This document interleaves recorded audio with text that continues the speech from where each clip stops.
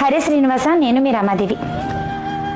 4 days నుండి comments చూడడం అసలు కుదరలేదు. అందులో ఒకే వ్యక్తి ప్రతి వీడియోలోకి వచ్చి ఒకే కామెంట్ చేశారనమాట. ఏ కామెంట్ అంటే, మంత్రాలకి చింతకాయలు రాలవు రమాదేవి గారు, మీరు కష్టపడి వీడియోస్ చేస్తున్నారు, వ్యూస్ అంటున్నారు, కామెంట్స్ అంటున్నారు, లైక్లు అంటున్నారు. బట్ మీరు ఒకసారి చెప్పండి, నేను ఎప్పుడైనా లైక్ చేయండి వీడియోని, షేర్ చేయండి అని ఎప్పుడైనా చెప్పానా, ఫాలో చేయండి అని ఎప్పుడైనా చెప్పానా? కామెంట్ చేయమన్నది అంటే ఆ కామెంట్ ద్వారా 10 మందికి ఆ వీడియో వెళ్తుంది అన్న ఉద్దేశం.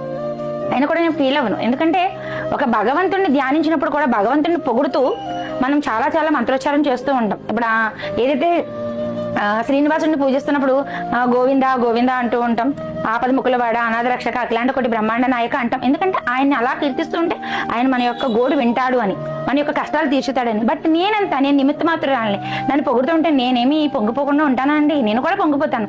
బట్ చూసే వాళ్ళకి ఎలా ఉంటుందంటే బాధ, అసూర్య. బట్ ఇవన్నీ పక్కన పెట్టేయండి. మంత్రాలకి చింతకాయలు రాలవు రమాదేవి గారు అన్న ఒకే ఒక కామెంట్ కి నేను రియాక్ట్ అవుతున్నానండి. మంత్రాలకి చింతకాయలు రాలుతాయో లేదో నాకు తెలియదు, కానీ మంత్రాలకి వ్యాధులను కూడా న్యాయం చేసే శక్తి ఉందని నేను చెప్తాను. మీరు నమ్మకపోతే మానేయండి, కానీ ఇది నిజం. కరోనా టైంలో మా ఫ్రెండ్ వాళ్ళ హస్బెండ్ కి చాలా చాలా సివియర్ గా అయిపోయింది. తను ఏ స్థితిలో ఉంటారో కూడా అర్థం కాలే. తను ఆ రోజు ఈ రోజు కూడా అంటుందండి ఒకే ఒక మాట, నీకు లాంటి ఫ్రెండ్ నాకు దొరకడం చాలా చాలా అదృష్టం అని అంటుంది. ఎందుకంటుందంటే ఆయన చావు బ్రతుకుల మధ్య ఉన్నప్పుడు వాళ్ళ పేరెంట్స్ కూడా చెప్పుకోలేని స్థితి మాట. వాళ్ళు కూడా హెల్త్ బాగోకపోవడం వల్ల వాళ్ళు ఎక్కడ ఇబ్బంది పడతారని చెప్పని ప్రతిరోజు నాకు కాల్ చేస్తుంది. ఆ సమయంలో నేను చాలా చాలా చాలా ధైర్యం చెప్పేదాను అనమాట. ఆ సమయంలో ఏదైతే ఆదిత్య హృదయం పారాయణం చేయించేదని మా ఫ్రెండ్స్ అందరితో, ఏదైతే హనుమాన్ చాలీసా పారాయణం చేయించేదని మా ఫ్రెండ్స్ అందరితో, వాళ్ళు ఈరోజు చాలా చాలా సంతోషంగా ఉన్నారు. ఈ రోజుకి కూడా తను అంటుంది, మేము ఈరోజు సంతోషంగా ఉండడానికి కారణం నువ్వే దేవి అంటుంది. ఇది కదా కావాలి. మనం ఒక మంచి కార్యక్రమం తలపెడుతున్నప్పుడు మనలో సంకల్పం చాలా చాలా గట్టిదైనప్పుడు ప్రాణాలను సైతం రక్షించగలిగే శక్తి ఓన్లీ మంత్రానికి మాత్రమే ఉంది. నిజమండి. ఎవరైనా అంటే ప్రాణాపాయ స్థితి వచ్చింది అనే మాట వచ్చింది కాబట్టి ఇక్కడ నేను చెప్తున్నాను, ఎవరైనా మీ వాళ్లే కానీ, మీకు తెలిసిన వాళ్లే కానీ, ఎవరైనా కష్టాల్లో ఉన్నా కానీ, ఏదైనా గట్టి ప్రాబ్లంతో ఇబ్బంది పడుతున్నా కానీ, ఈ యొక్క మంత్రాన్ని తప్పనిసరిగా వాళ్ళ దగ్గర చేసి చూడండి. ఈ మంత్రోచ్చారణ అనేది చాలా చాలా పవర్ఫుల్ అనమాట. సర్వ వ్యాధి ప్రశమని, సర్వ మృత్యు నివారణి. ఈ యొక్క మంత్రం కోసం కూడా నేను చెప్పాలని అనుకోలేదు, బట్ ఇక టాపిక్ వచ్చింది కాబట్టి చెప్తున్నాను. అది కూడా సడన్ గా నాకు గుర్తొచ్చింది కాబట్టి చెప్తున్నాను.